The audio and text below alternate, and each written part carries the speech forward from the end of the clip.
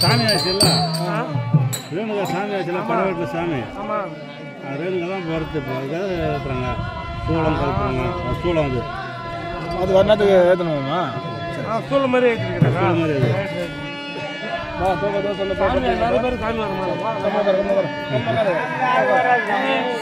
வரும்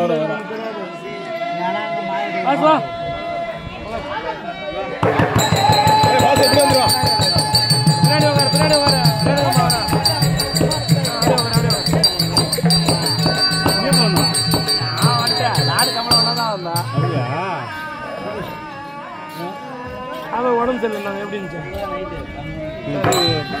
அது தலை ஊற்றி சீம்பா குடிச்சா ஜுரம் வந்துச்சு தலை ஊற்றி சீம்பா குடிக்கலாம் அது சீம்பா விரும்பி சாப்பிடலாம் தலை ஊற்றி அதை குடிக்கலாம் அதை சித்தி சொல்லிச்சு காலையில் வந்துச்சு இது கொல்ல இருந்துச்சு அப்புறம் பார்த்தா ராகேஷ் போடுறாங்க தலை ஊற்றி சீம்பா குடிச்சு அப்படியே அமுச்சிட்டு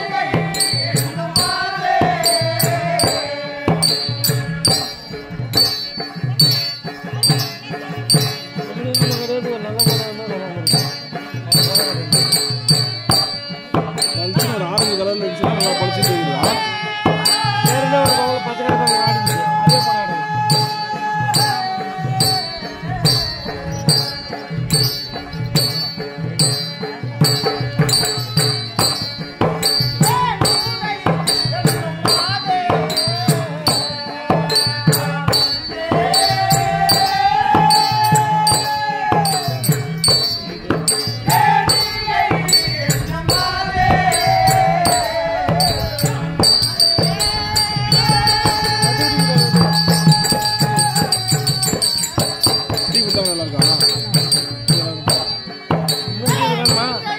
கூட சொன்னார் பசங்க டீ கேட்குறாங்க உள்ளே கிடக்குறா எதில் இன்னும் அரைச்சி அதுதான் வேணாலும் போன் பண்ணேன் அப்பெல்லாம் டீ போட்டாங்க சூப்பராக இருந்துச்சு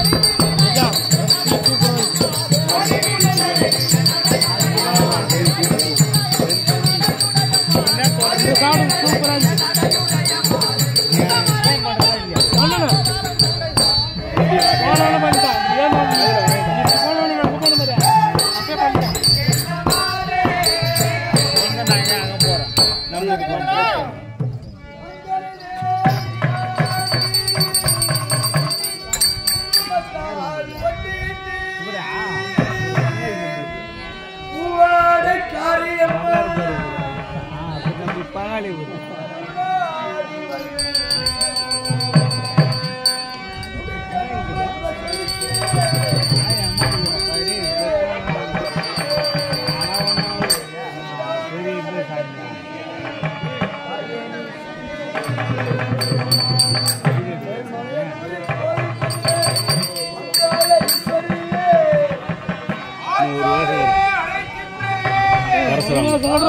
இன்னும் ஒரு வருஷம் வரும் பரசுராமர் பபுலுக்கு கூட மொத்த பாடம் தெரிஞ்சு வச்சிருக்கணும் நம்மளுக்கு எடுத்து விட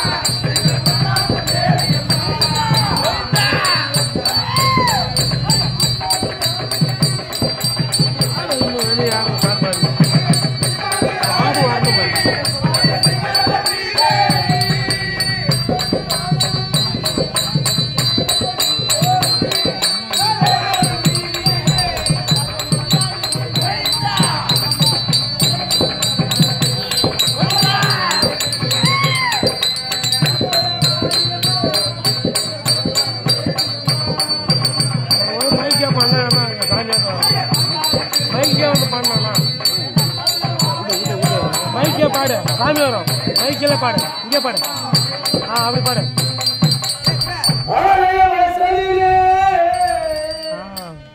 உனக்கு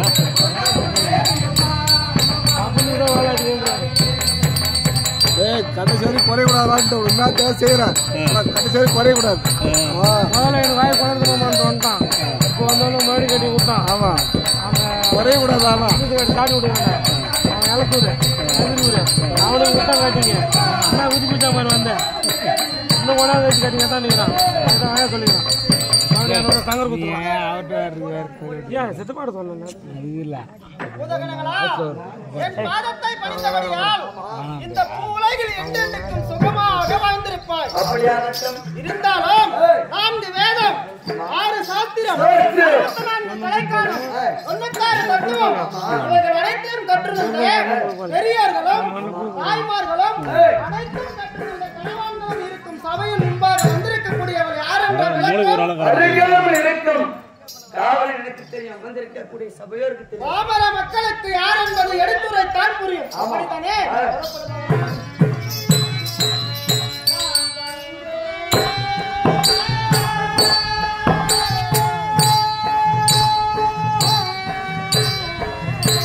டேய் மச்சான் ஆடாண்டா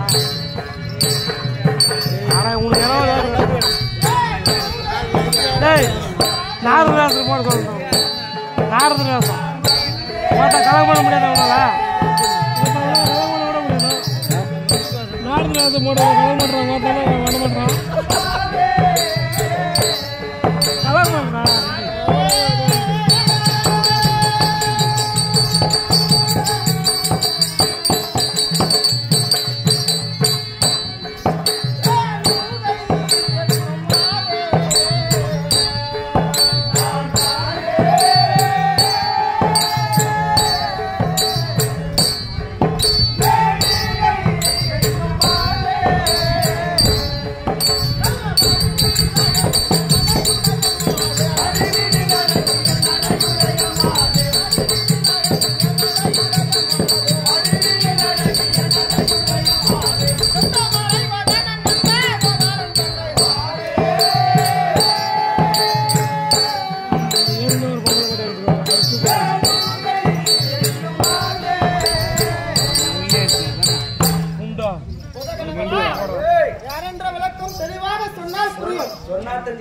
நானும் உன் ஜென்மத்திலே சிவன் பார்வதியாக இருந்தேன். அப்படி இருக்கின்ற கையிலே சிவபெருமானாகப்பட்டவருக்கும் எனக்கும் ஒரு வாக்குவாதத்தினால் அன்னவர் எனக்கு ஒரு சாபம் அளித்தார். என்னவென்று தெரியுமா? என்னை பிரிந்து பூலோகத்திலே கற்பிற்கு உதாரணமாக வாணிட பெண்ணாக பிறப்பாய் என்று எனக்கு சாபம் அளித்து கங்கை கரை ஓரமாக ஒரு தாமர மலரிலே ஒரு குழந்தையாக உற்பத்தி செய்துவிட்டு அன்னவர மலை மறைந்து விட்டார். நானும் அந்த கங்கை கரை ஓரமாக தாமர மலரிலே குழந்தையாக தவழ்ந்து தவழ்ந்து அழுது கொண்டிருக்கின்றேன். அப்பொழுதோ அந்த கங்கை கரை நீர்வடையின் ஓரமாக 7 சலவை தொழிலாளிகள் தினந்தோறும் வந்து துணி வெளுப்பது வழக்கம். அப்பொழுது அன்னவர்கள் வரும்பொழுது குழந்தை அழுகுரல் கேட்கின்றது. அன்னவர் ஏதோ குழந்தை அழுகுரல் கேட்குதென்று உற்று பார்த்தால் நான் தாமர மலரிலே குழந்தையாக அழுது கொண்டிருக்கின்றேன். ஒருவன் என்னை எடுத்து வந்தவுடனே மீதி 7 ஒருவருக்கு ஒருவர் சண்டையிட்டுக் கொண்டனர். எதற்காக தெரியுமா? இந்த குழந்தை எனக்குத்தான் எனக்குத்தான் எனக்குத்தான் என்று 7 சண்டை போட்டுக் கொண்டிருந்தார்கள். அப்பொழுதோ அந்த நாட்டை வலம் இருக்கக்கூடிய வர்மராஜன் நகர்வலம் வந்தார். இவர்கள் சண்டையிட்டுக் கொள்வதை பார்த்தார். ஏன் சண்டையிட்டுக் கொள்கிறேன் என்று கேட்டார். தாமர மலரிலே கங்கை கரையிலே ஒரு குழந்தை கிடைத்தது. அந்த குழந்தை நான் தான் எடுத்து வந்தேன், எனக்குத்தான் என்று ஒருவர் சண்டையிட்டுக் கொள்கிறோம் என்று தெரிவித்தனர். ஒரு நாட்டில் எந்த பொருள் கிடைத்தாலும் யாருக்கு சொந்தம்? அரசருக்கு சொந்தம் என்று, இந்த குழந்தை நாட்டு மன்னனுக்கே சொந்தம் என்று வர்மராஜாவோ அந்த குழந்தை எடுத்து சென்று தன்னுடைய மனைவி வேதவல்லியிடம் கொடுத்தார். அன்னவருக்கோ குழந்தை கிடையாது.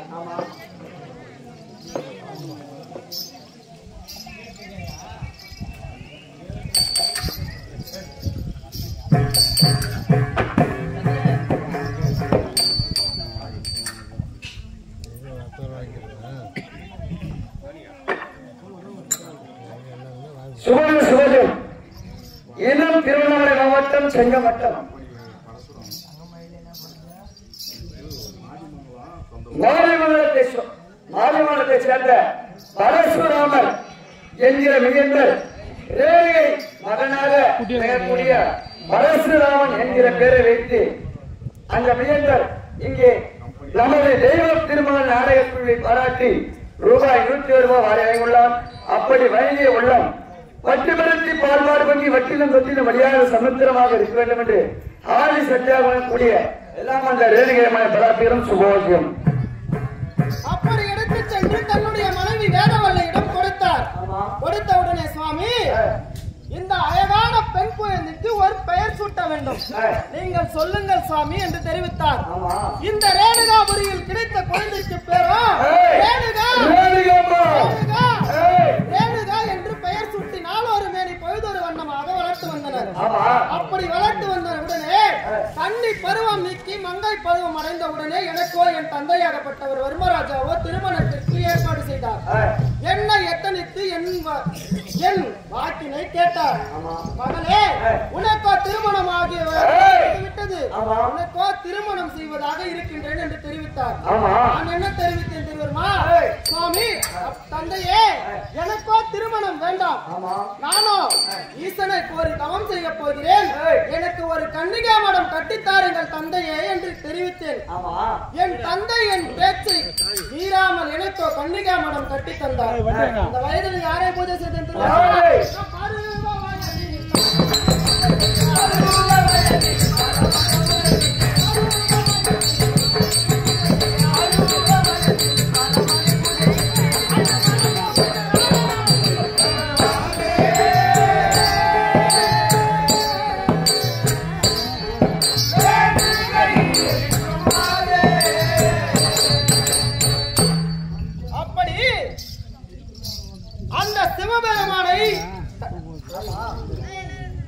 தினந்தோறும் கன்னிகா மடத்திலே அந்த சிவபெருமானை பூஜை செய்து கொண்டு வந்திருந்தேன். அந்த பூஜையின் நிமித்தமாக அசரீராக ஒரு நாள் எனக்கு ஒன்று உரைத்தது. என்னவென்று தெரியுமா? முன் ஜென்மத்திலே நான் சிவன் பார்வதியாக இருந்ததும் இப்பிறவியிலே ரேணுகையாக பிறந்ததும் என்னுடைய கணவர் சிவபெருமான கானகத்திலே ஜமதக்கினி முனிவராக வீட்டுக் கொண்டிருக்கிறார், தவம் செய்து. அதனால் நான் என்ன செய்தேன் தெரியுமா? இந்த சிவபெருமானை பூஜை செய்து விட அன்னவரை மணந்து அன்னவருக்கு தொண்டு செய்வதே எனது பாக்கியம் என்று கருதி உடனே சாரணிய வனத்திலே கானகத்திற்கு சென்றேன். அவர் தவத்தில் அமர்ந்து கொண்டிருந்தார். நானோ சுவாமி சுவாமி என்று தெரிவித்தேன். தவத்தில் இருந்தவர் எழும்பவில்லை. நானும் அன்னவரை பிடித்து ஈட்டு தவத்தை கலைத்தேன். அவருக்கு கோபமிட்டு தவத்தை கலைத்து விட்டு கோபமுற்றார். சுவாமி, நான் உங்கள் தவத்தை கலைத்ததற்கு காரணம் இருக்குது என்று தெரிவித்தேன். என்ன காரணம் என்று கோபத்துடன் தெரிவித்தார். சுவாமி, நானோ ஒரு சிவபக்தை, உங்களுக்கு தொண்டு செய்யவே, உங்களை மணந்து உங்களுக்கு தொண்டு செய்யவே வந்திருக்கின்றேன் தெரிவித்தேன். அன்னவர் என்ன தெரிவித்தார் தெரியுமா? என்னை மணக்க வேண்டும் என்றால் கற்புடைய மாதாக இருக்க வேண்டும் என்று தெரிவித்தார். சுவாமி, நானும் கற்புடைய மாதுதான் அப்படி என்று தெரிவித்தேன். அதற்கு அவர் ஒப்பவில்லை. அதற்காக நான் என்ன தெரிவித்தேன் தெரியுமா? நானும் கற்புடைய மாதுதான் சாமி, வேண்டும் என்றால் என்னை சோதனை செய்து பாருங்கள் என்று அவர் என்ன செய்தார் தெரியுமா? என்னை மணக்க வேண்டும் என்றால் வெறும் கையோடு ஆற்றங்கரைக்கு செல்ல வேண்டும். உன் கற்பின் மகிமையால் மணலை பாண்டமாக குடமாக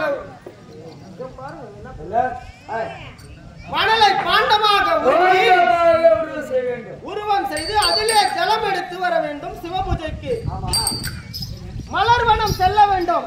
உன் கற்பின் மகிமையால் மலர்களை பறித்து நூல் இல்லாமல் மாலையாக தொடுத்து எடுத்து. ஆமாம், நான் என்ன செய்தேன்? என் கற்பின் மகிமையால் ஆற்றங்கரைக்கு சென்று மலரை பாண்டமாக குவித்து என் கற்பின் மகிமையால் மலரையும் நூலாக ஆழமாக தொடுத்து அன்னவரிடத்தில் கொடுத்தேன். என் கற்பின் மகிமையை மெச்சி அன்னவர் என்னை திருமணம் செய்து கொண்டார். அன்னவரை திருமணம் செய்து கொண்டு வாழ்ந்து வரும் காலையிலே என்ன நானோ பெண் அல்லவா, அவர் தவம் செய்து கொண்டிருக்கும் போது சுவாமி நாம் ரிஷிகுலம் தழைக்கும்படியாக பிள்ளை வர வேண்டும் என்று கேட்டேன். அவர் என்ன செய்தார் தெரியுமா? அந்த யாகத்திலே 4 அருகம்புல்லை கிள்ளி எறிந்தார். எறிந்தவுடனே 4 குழந்தைகள் பிறந்தது. யாரே தெரியுமா? என்று 4 குழந்தைகள் பிறந்தது. யானோ பெண்ணல்லவா, என் வயிற்றிலே சுமந்து ஒரு பிள்ளையை பெற வேண்டும் என்று சுவாமி நான் என் வயிற்றிலே 10 மாதம் சுமந்து ஒரு பிள்ளை பெற வேண்டும் என்று அன்னவரிடம் கேட்டேன். அந்த யாக குண்டத்திலிருந்து சிறிய பஸ்பத்தை எடுத்து என்னை உண்டும்படியாக செய்தார். நானும் நிறமாத கர்ப்பிணியாக உருவிட்டேன். அப்படி இருந்து யாரும் 10 மாதம் சுமந்து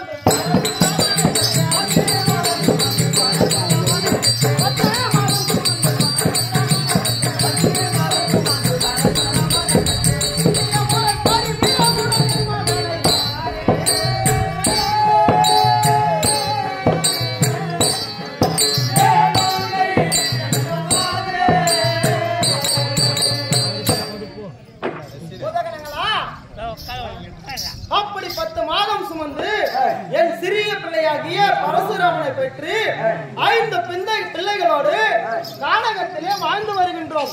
தினந்தோறும் என் கணவர் சிவபெருமானுக்கு பூஜை செய்வது அவருடைய வழக்கம். என்னுடைய கற்பின் மகிமையால் ஜலமும் மலரையும் கொடுப்பது என்னுடைய வழக்கம். இன்றைக்கு சாமி பூஜைக்கு அன்னவரை சந்திக்க வேண்டும்.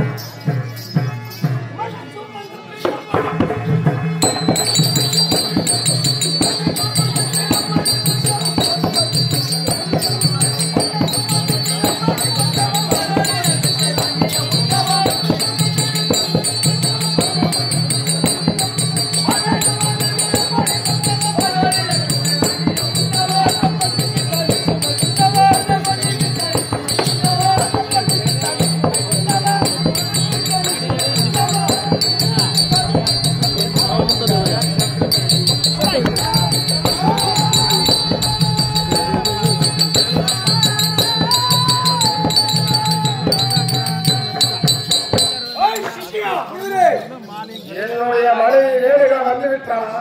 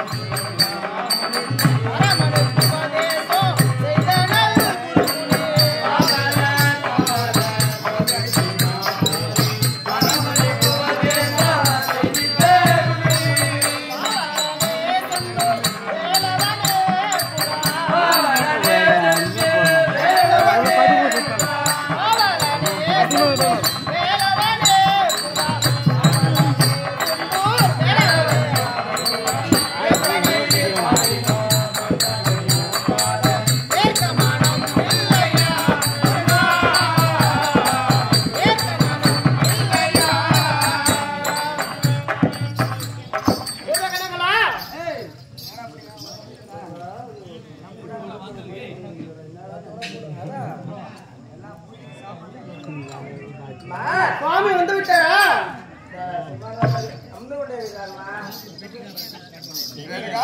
சுவாமி இந்த ரேணுகை தங்களது பாதத்திற்கு என் மனவாள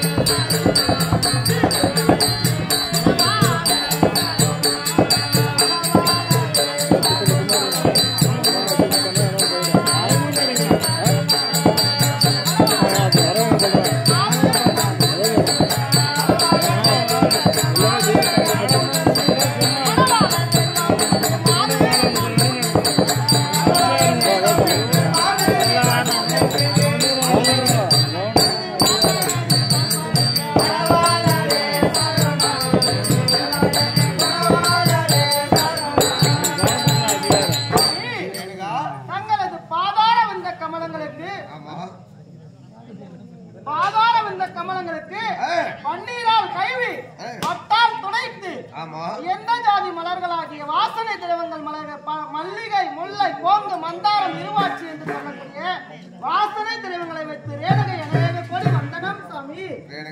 சுவாமி கட்டில் சீரந்த எந்தன்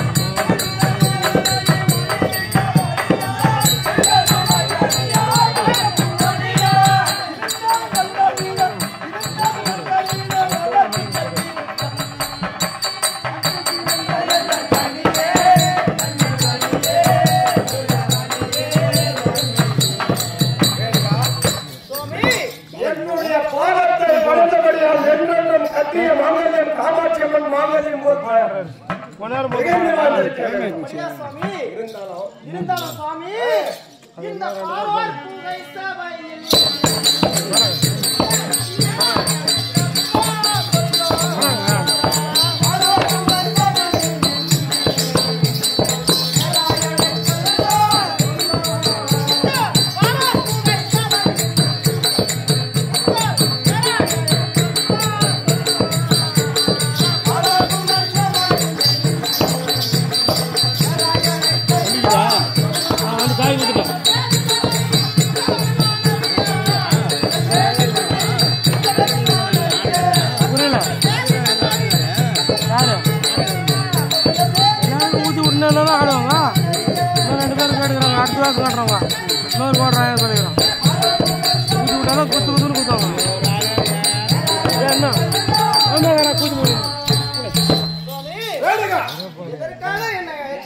விளக்கத்தை சொன்னால் எதற்காக அழைத்தேன் என்று இந்த சபையிலே கேட்கிறோம் சுவாமி.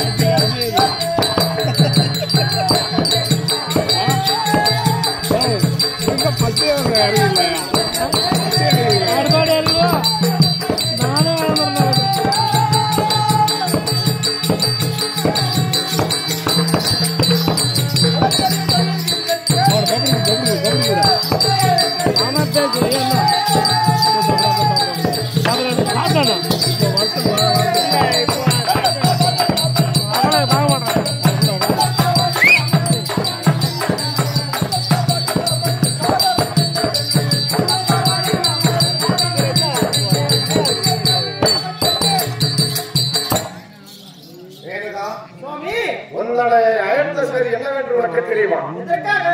அனைத்து காலமும் ஆமா, காலையில எழுந்து முடித்து பரமன் பூஜை செய்ய வேண்டும். ஆமாம் சாமி. அதற்கு உண்டான மலரும் ஜலமும் கொண்டு வர வேண்டும்.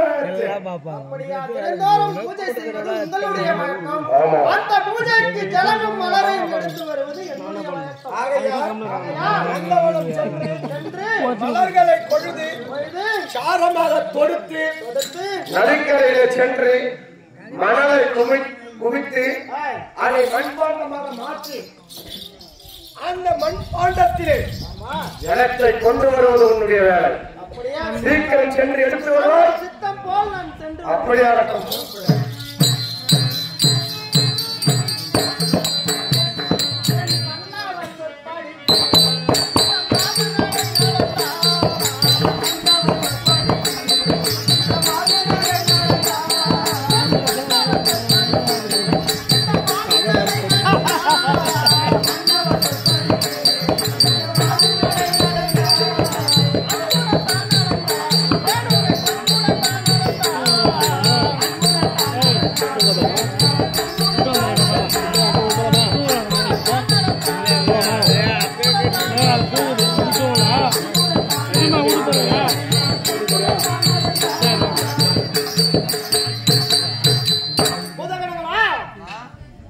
என் சாமி சொல்லிய வண்ணம் தினந்தோறும் ஜலமும் மலரையும் அவர்களுக்கும் எடுத்து செல்வது என்னுடைய வழக்கம்.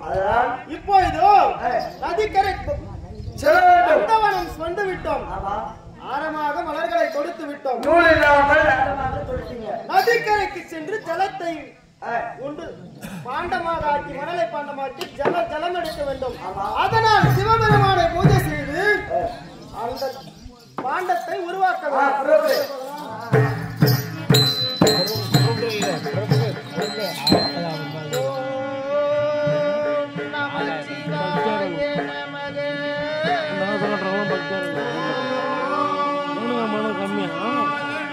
ஒரு தாண்டல கூட நம்ம தான் வரையும்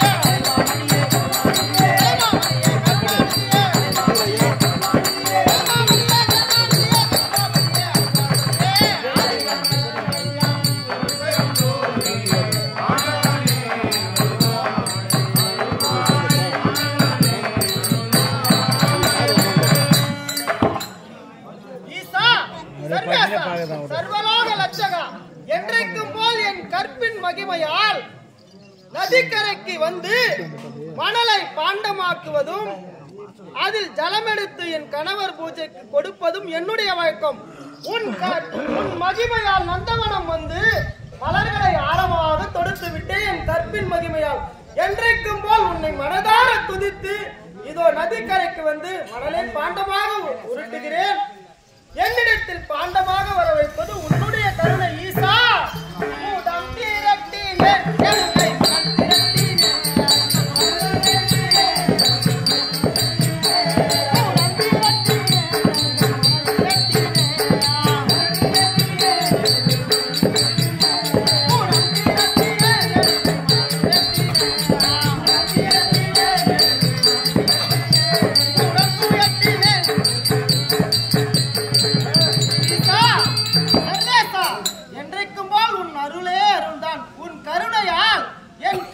மகிமையாலும் என் கணவர் செய்யும் பூஜையாலும் உன்னுடைய மகிமையால் மணலை பாண்டமாக்கி இதோ ஜலம் எடுத்து என் கணவர் பூஜைக்கு கொண்டு செல்கின்றேன் சுவாமி.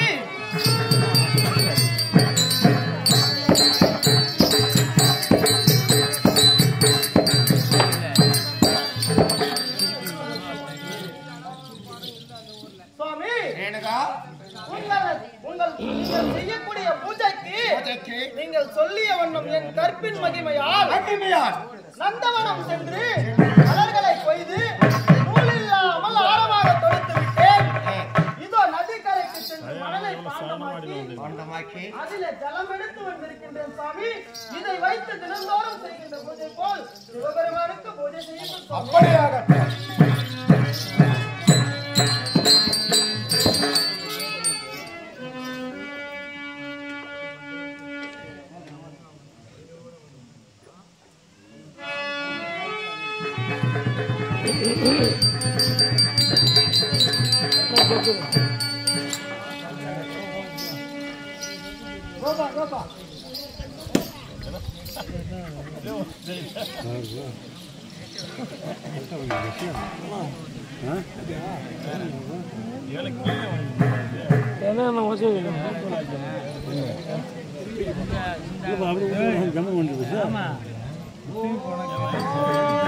கரெக்டா ஒன்று தலை போறேன்னா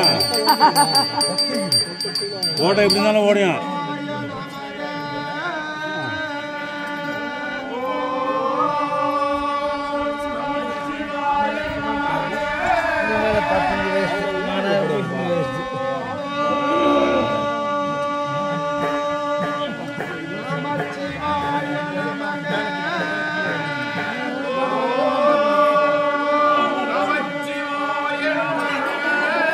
Hey!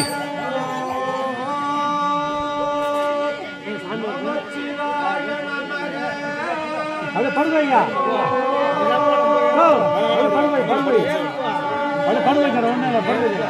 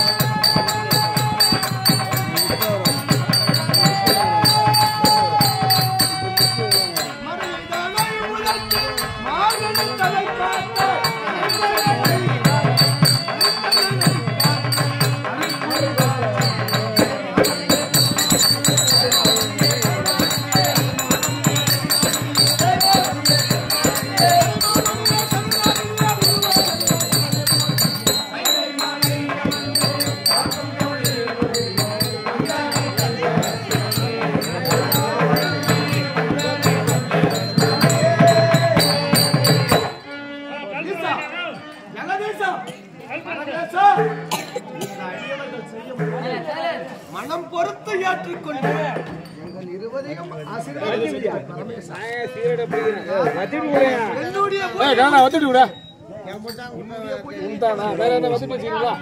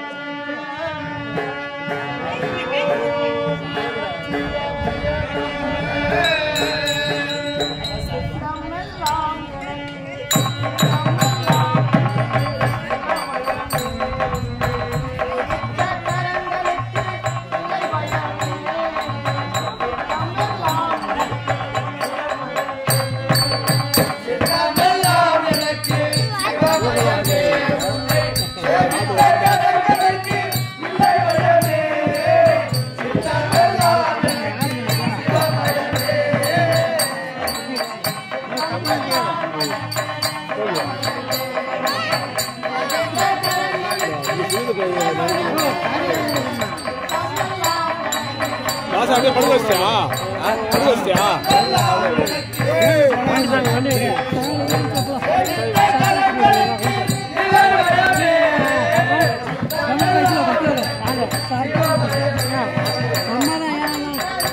என்ன மாட்டேன் ஏய் என்னடா புத்து புத்து ஆரம்பிச்சு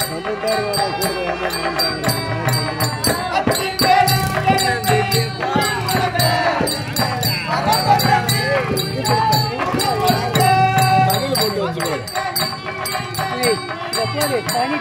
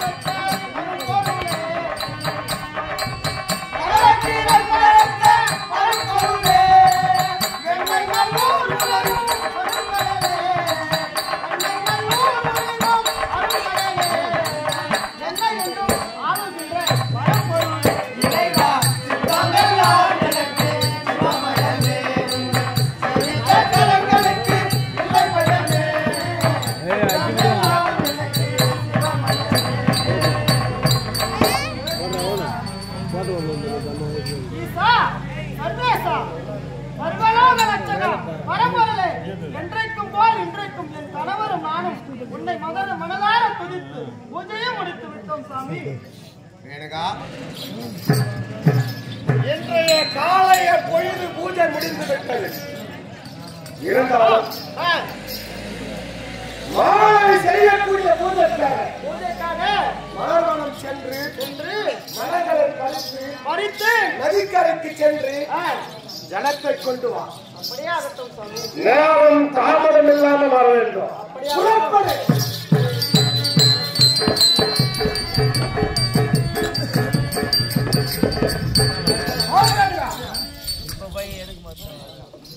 சுவாமி சொன்னதை கவனமாக நினைவிருக்கிறதா? இருக்கின்றது சுவாமி.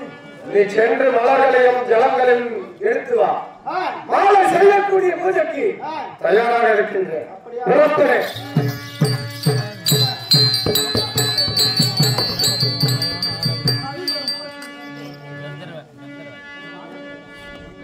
தண்ணியில தான்